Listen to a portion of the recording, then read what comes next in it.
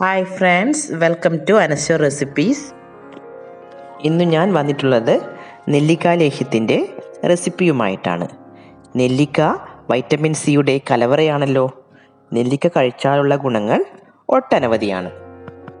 ഈ ലേഹ്യത്തിൽ യാതൊരുവിധ പ്രിസർവേറ്റീവും ചേർത്തിട്ടില്ല. ഈ ലേഹ്യം കുട്ടികൾക്കും മുതിർന്നവർക്കും ഒരുപോലെ ഇഷ്ടപ്പെടും. നെല്ലിക്ക കഴിക്കാത്ത കുഞ്ഞുങ്ങൾ പോലും ഇങ്ങനെ ലേഹ്യം ഉണ്ടാക്കി കൊടുത്താൽ ഒട്ടും മടിയില്ലാതെ കഴിക്കും. നിങ്ങൾ ആദ്യമായിട്ടാണ് ഈ ചാനൽ കാണുന്നതെങ്കിൽ ഒന്ന് സബ്സ്ക്രൈബ് ചെയ്ത് സപ്പോർട്ട് ചെയ്യുക. ഇനി എങ്ങനെയാണ് ലേഹ്യം ഉണ്ടാക്കുന്നതെന്ന് നോക്കാം. നെല്ലിക്ക ലേഹ്യം ഉണ്ടാക്കാൻ വേണ്ടി 3/4 കിലോ നെല്ലിക്കയാണ് കഴുകി വൃത്തിയാക്കി എടുത്തിട്ടുള്ളത്. ലേഹ്യത്തിൽ ചേർക്കാൻ വേണ്ടി 1 കിലോ ശർക്കരയാണ് എടുത്തത്. ഇതിൽ ചേർക്കാനായി 6 ഗ്രാമ്പൂ, 6 ഏലക്കായ,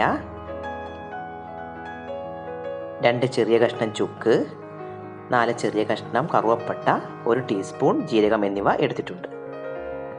ആദ്യം തന്നെ നെല്ലിക്ക ഒന്ന് വേവിച്ചെടുക്കണം. അതിനുവേണ്ടി ഒരു കുക്കറിലേക്ക് മാറ്റാം. ഇതിലേക്ക് 3/4 കപ്പ് വെള്ളവും ഒഴിച്ച് 2 വിസിലിന് നെല്ലിക്ക വേവിച്ചെടുക്കാം. ശർക്കരയിലേക്ക് 3/4 കപ്പ് വെള്ളം ഒഴിച്ച് ഉരുക്കിയെടുക്കുക. ഉരുക്കിയെടുത്ത ശർക്കര ചൂടാറിയതിനു ശേഷം അരിപ്പ കൊണ്ടരിച്ച് മാറ്റിവെക്കുക. ലേഹ്യത്തിൽ ചേർക്കാനുള്ള സ്പൈസസ് ചൂടാക്കിയെടുക്കണം. ചൂടായ ചീനച്ചട്ടിയിലേക്ക് സ്പൈസസ് എല്ലാം ഇട്ട് നന്നാക്കി ചൂടാക്കിയെടുക്കുക.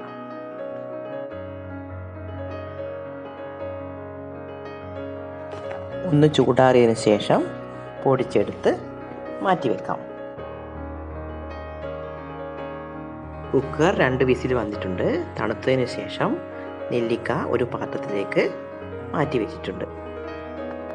ഇനി നെല്ലിക്കയിലെ കുരുവെല്ലാം മാറ്റിയെടുക്കാം.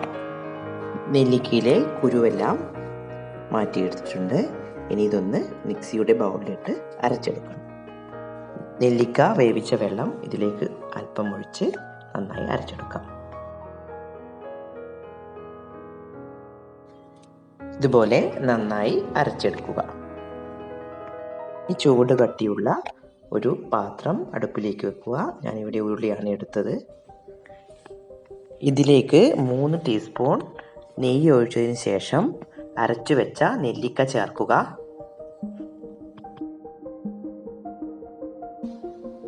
ഇതിലേക്ക് ഉരുക്കിയെടുത്ത ശർക്കര ചേർക്കുക.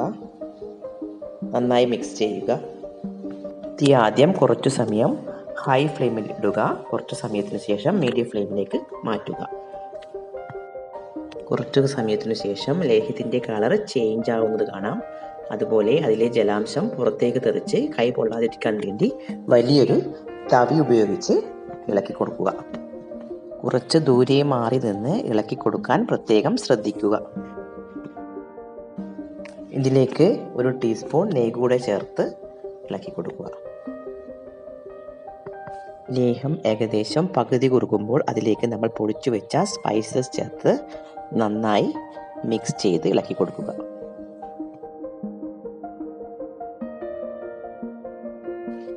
നന്നായി ഇളക്കി തന്നെ കുറുക്കിയെടുക്കുക. ഇതിലേക്ക് 1 ടീസ്പൂൺ നെയ്യ് കൂടെ ചേർക്കുക. ഈ ലേഹ്യത്തിലേക്ക് ആകെ 5 ടീസ്പൂൺ നെയ്യാണ് ചേർത്തിട്ടുള്ളത്. നന്നായി ഇളക്കിക്കൊണ്ടേയിരിക്കുക.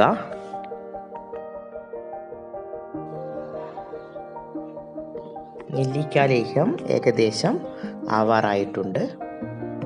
ലേഹ്യം ഇവിടെ റെഡി ആയിട്ടുണ്ട്. തീ ഓഫ് ചെയ്ത് തണുക്കാൻ വേണ്ടി വെക്കാം. നെല്ലിക്ക ലേഹ്യം ഇവിടെ നന്നായി തണുത്തിട്ടുണ്ട്. ഇതിനെ ഒരു എയർ ടൈറ്റ് കണ്ടെയ്നറിലാക്കി സൂക്ഷിച്ചു വെക്കാം. 1 മാസം വരെ ഫ്രിഡ്ജിലൊന്നും വെക്കാതെ പുറത്തു തന്നെ വെച്ചാലും കേടാവാതിരിക്കും. നെല്ലിക്ക ലേഹ്യം ആഹാരത്തിനു ശേഷം കുട്ടികൾക്ക് 1/2 ടീസ്പൂൺ വീതം 2 നേരവും മുതിർന്നവർക്ക് 1 ടീസ്പൂൺ വീതം 2 നേരവും കഴിക്കാം. ഇത് വളരെ ഹെൽത്തിയായ ലേഹ്യത്തിൻ്റെ റെസിപ്പിയാണ്. എല്ലാവരും ഒന്ന് ട്രൈ ചെയ്ത് നോക്കുക. വീഡിയോ ഇഷ്ടമായാൽ ലൈക്ക് ചെയ്യുക, കമൻറ്റ് ചെയ്യുക. സബ്സ്ക്രൈബ് ചെയ്യാത്തവർ ഒന്ന് സബ്സ്ക്രൈബ് ചെയ്ത് സപ്പോർട്ട് ചെയ്യുക. ഇനി നല്ലൊരു റെസിപ്പിയുമായി അടുത്ത വീഡിയോയിൽ കാണാം. Thank you for watching.